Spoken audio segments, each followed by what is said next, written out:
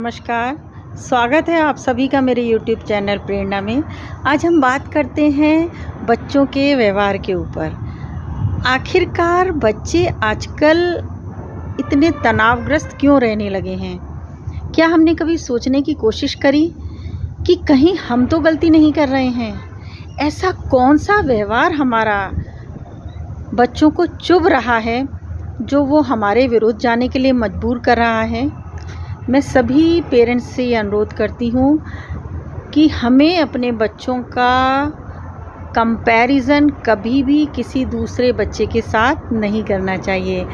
जैसे कोई बच्चा पढ़ने में बहुत अच्छा है, कोई बच्चा डांस में बहुत अच्छा है, कोई म्यूज़िक में बहुत अच्छा है, क्लास में फ़र्स्ट आता है और हम अपने बच्चे को उसके बगल में खड़ा करते हैं और उससे ये कहते हैं कि देखो इसके कितने अच्छे मार्क्स आए हैं, इसकी राइटिंग कितनी अच्छी है, देखो ये कितना अच्छा डांस करती है।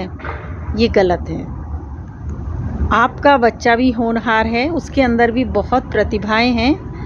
हमें किसी बच्चे से कंपैरिजन करके उसको आगे नहीं बढ़ाना है। हमें उसकी प्रतिभाओं को स्वयं उसके मन के अनुसार छूते हुए आगे बढ़ाना है और गलतियां अगर वो कर रहा है तो कंप्लेन के रूप में समाज में प्रदर्शित मत कीजिए। अगर आप कभी पेरेंट्स टीचर्स मीटिंग में जा रहे हैं, मैडम ने कोई शिकायत भी करी है, तो समझिए उस बात को और 4 पेरेंट्स जहाँ खड़े हैं वहाँ पर और भी स्टूडेंट्स खड़े हैं और आप स्वयं कहने लगते हैं, हाँ मैडम ये तो मेरा भी कहना नहीं मानता है, ये घर में पढ़ता भी नहीं है, सारे दिन खेलता रहता है। ये जो शब्द होते हैं ना, आप सोच रहे हैं बच्चा समझ नहीं रहा है, वो समझ रहा है।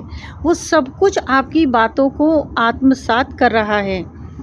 शिकायत आ रही हैं और आएंगी, गलतियां तो होती हैं, उनको वहाँ पर थोड़ा सा धैर्यता के साथ सुनिए, समझिए और मैडम से यही बोलिए कि हाँ मैम मैं देखता हूँ या मैं घर जा कर के समझती हूँ क्या बात है।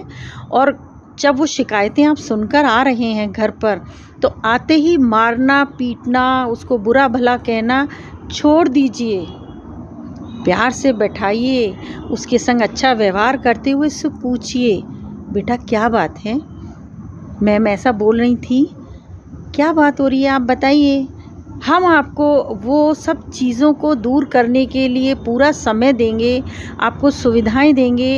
हो सकता है कोई बच्चा उसे बहुत चिढ़ा रहा हो, उसके एवज में वो गलत कर रहा हो,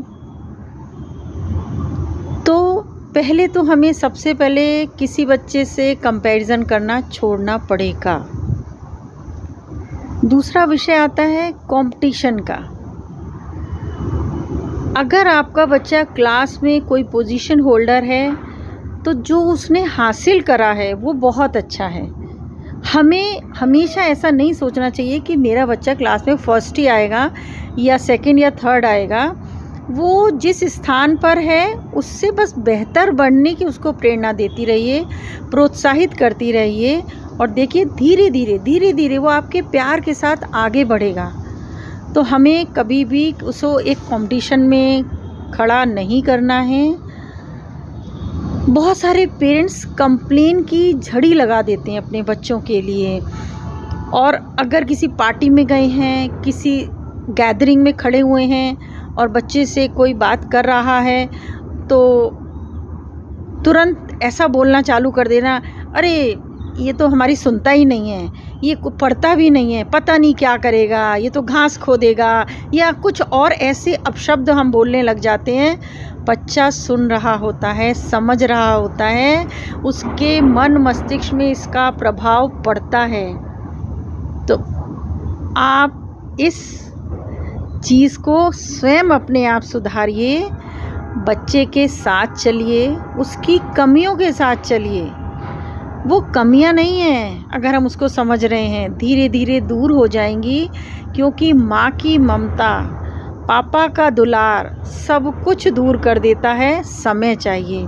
बच्चों को आप अपना अमूल्य समय भी दीजिए, उनके संग बैठिए, उनसे बातें कीजिए, उनके मन के अंदर क्या भावना है उसको समझिए।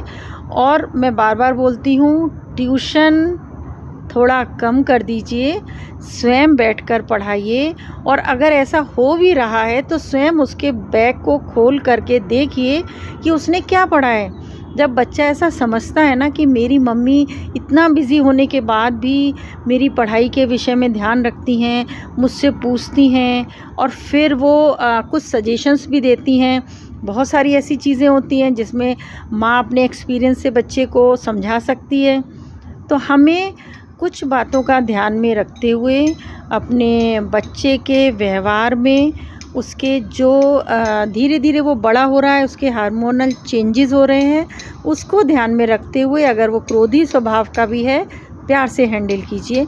धीरे धीरे समय उसको ठीक भी कर देगा और आप जब उसकी प्रशंसा करने लगेंगी, छोटी छोटी उसकी उपलब्धियों को जग जाहिर करेंगी, दूसरों के सामने सकारात्मक व्यवहार उसका दिखाएंगी, तो वो स्वयं आपके करीब आने लगेगा और वो अपने व्यवहार में परिवर्तन करते हुए अच्छे अच्छे कार्यों को फिर से करने के लिए प्रेरित होगा। और अगर आपने बहुत ज़्यादा नकारात्मक व्यवहार उसके साथ रखा, उसको डांटा, तो उसके अंदर एक गांठ बन जाएगी जो ज़िंदगी भर नहीं खुलेगी और वो आपका विरोधी हो जाएगा। तो आइए अपने प्यारे से बच्चों के लिए हम सभी मिलकर के प्रयास करते हैं, उनके उज्जवल भविष्य की कामना करते हैं, उन्हें उनके लक्ष्य की तरफ बढ़ाते हैं। इन्हीं शब्दों के साथ जय हिंद, जय भारत।